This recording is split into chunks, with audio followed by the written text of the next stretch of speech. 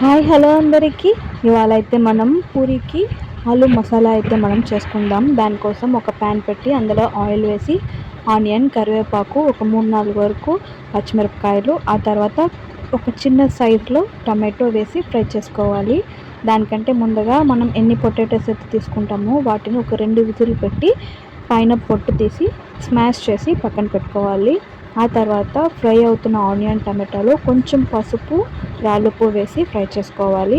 అది కూడా ఫ్రై అయిన తర్వాత కొద్దిగా పచ్చిశనగపప్పు ఉంటుంది కదా, దాన్ని వేసి ఫ్రై చేయాలి.